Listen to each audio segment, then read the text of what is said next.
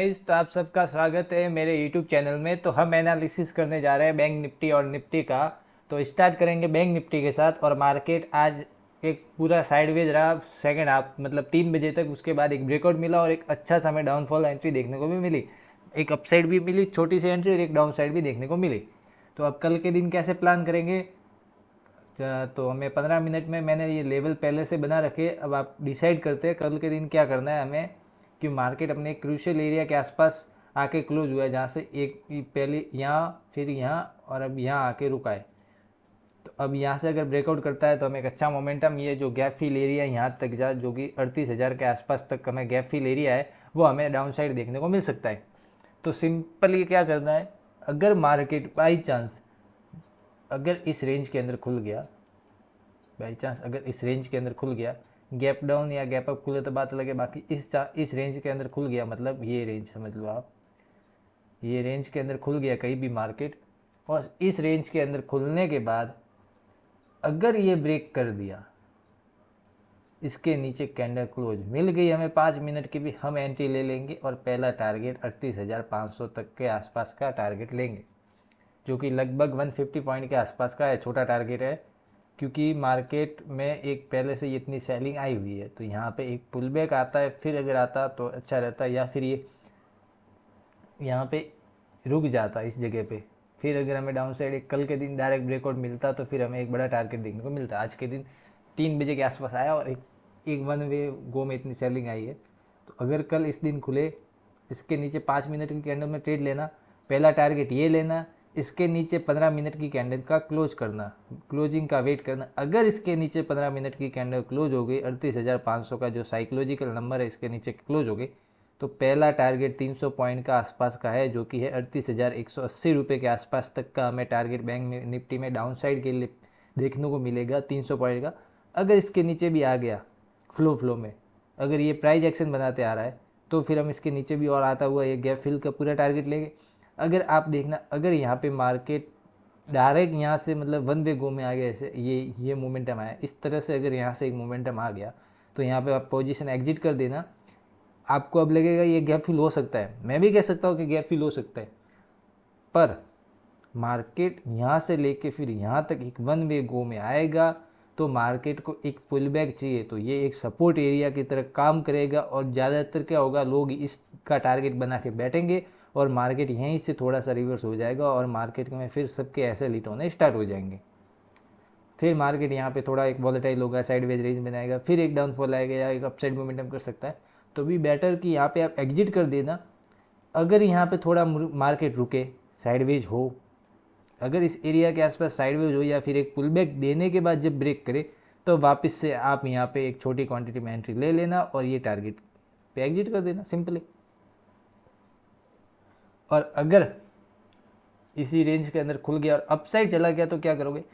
आपको सिंपली ये जो जोन है, जो आज भी काम किया और कल भी एक अच्छे से काम कर सकता है, इस जोन का वेट करना है। पर मैं एक जोन को थोड़ा सा स्मूथ करना चाहूँगा, इस जोन का। एक सेकंड, इसको मैं मिटा देता हूँ। ये लेवल्स, मुझे ये लेवल्स,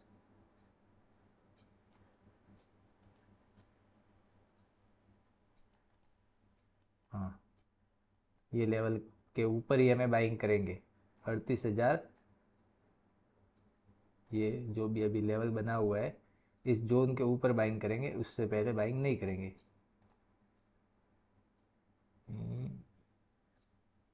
ये जोन बन गया,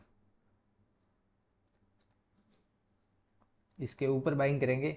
अगर इसके ऊपर निकलता है तो ये छोड़ो, मैं ये टारगेट आप नहीं लेना। पहला टारगेट आप यहाँ तक कल ले लेना।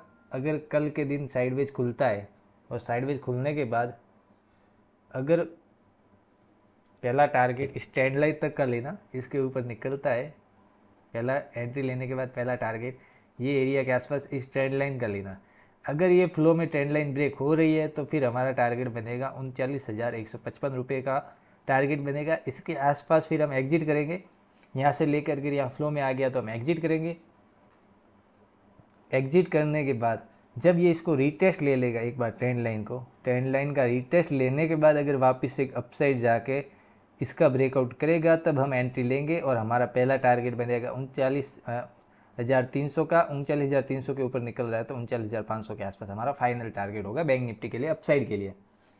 और गैप अप और गैप डाउन में क्या करें, सिंपली गैप अप और गैप डाउन में क्या करेंगे, अगर गैप अप खुल जाता है मतलब इस एरिया के, ये जो रेंज है इस रेंज के अंदर यहाँ से ऊपर खुल जाता है मार्केट, तो हमारे लिए ये गैप अप का सिनेरियो होगा। और इस सिनेरियो में हम क्या करेंगे, सिंपली हम वेट करेंगे। अगर मार्केट इस सिनेरियो में खुलता है और यहाँ पे रेड कैंडल या ब्रेकआउट दे देता है तो फिर हम यहाँ पे गैप फिल एंट्री और फिर उसके नीचे प्राइस एक्शन देख के एंट्री देख सकते हैं। और अगर यहाँ खुलते ग्रीन कैंडल बन गई, मार्केट ऐसे ऊपर चला गया, तो यहाँ पे फिर एक वॉलेटिलिटी क्रिएट करेगा इस जोन के अंदर। तो सिंपली हम एक रेंज बनने देंगे, एक रेंज बनने के बाद फिर एक प्राइस एक्शन बनने के बाद कोई भी एक ब्रेकआउट आएगा तो हम उसके बाद एंट्री ले सकते हैं और टारगेट इस तरह से ये लेवल पे बुक करेंगे। जैसे आज के दिन हमें ये मतलब ये इस एरिया के आसपास हमें ट्रेड देखने को मिली और यहाँ से इतना टारगेट देखने को मिला। गैप डाउन खुल जाए, सिंपली ये यहाँ खुले या इसके नीचे खुले, डायरेक्ट खुलते ही एंट्री में मत घुस जाना, एक वेट करना, मार्केट में एक पुल बैक आने देना।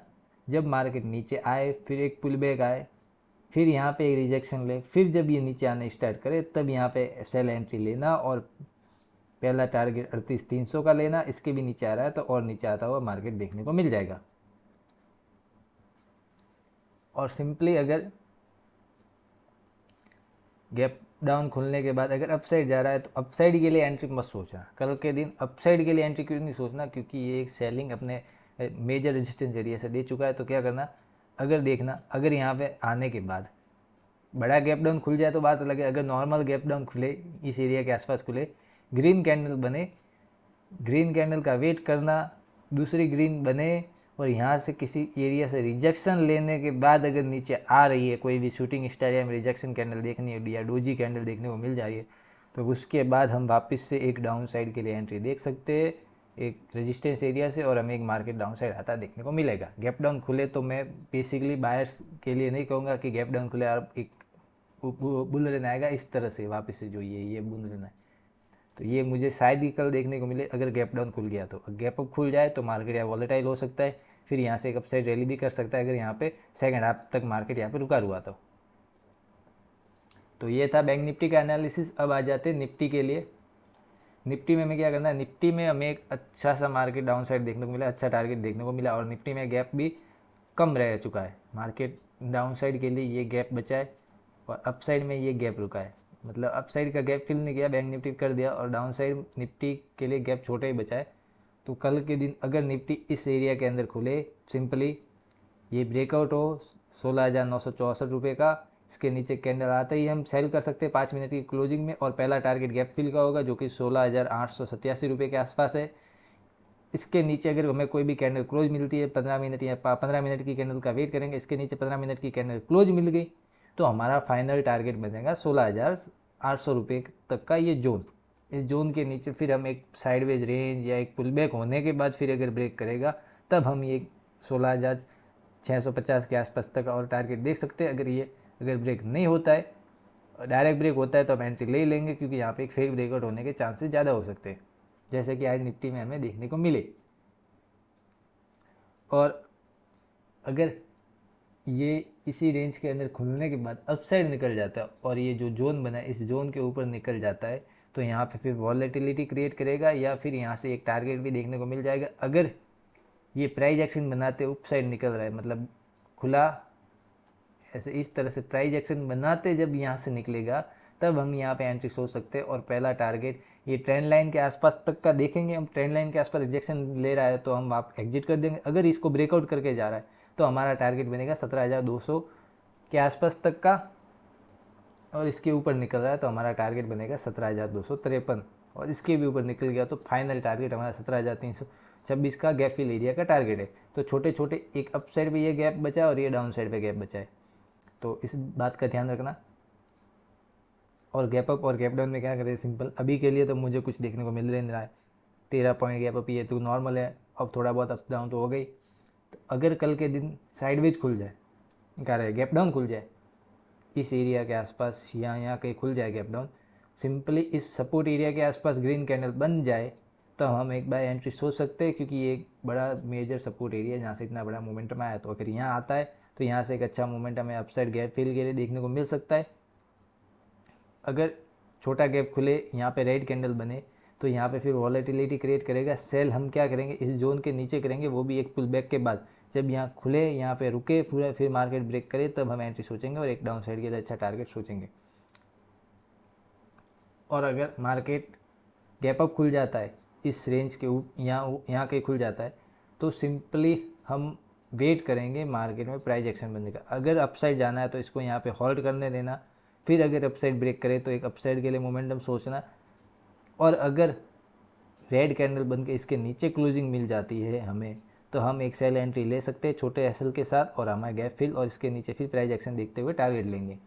और अगर ये सिनेरियो नहीं बनते हैं तो हम कल के दिन ट्रेडिंग अवॉइड कर सकते हैं, क्योंकि मार्केट में यहाँ पे एक वॉलेटिलिटी भी क्रिएट कर सकता है या फिर मार्केट साइडवेज हो सकता है। तो अच्छा रहे कि आपका जब सेटअप बने तो उस हिसाब से ट्रेड लेंगे। अगर वीडियो पसंद आए तो वीडियो को लाइक कर देना, चैनल को सब्सक्राइब कर देना डेली एनालिसिस के लिए, और अपने फ्रेंड्स के साथ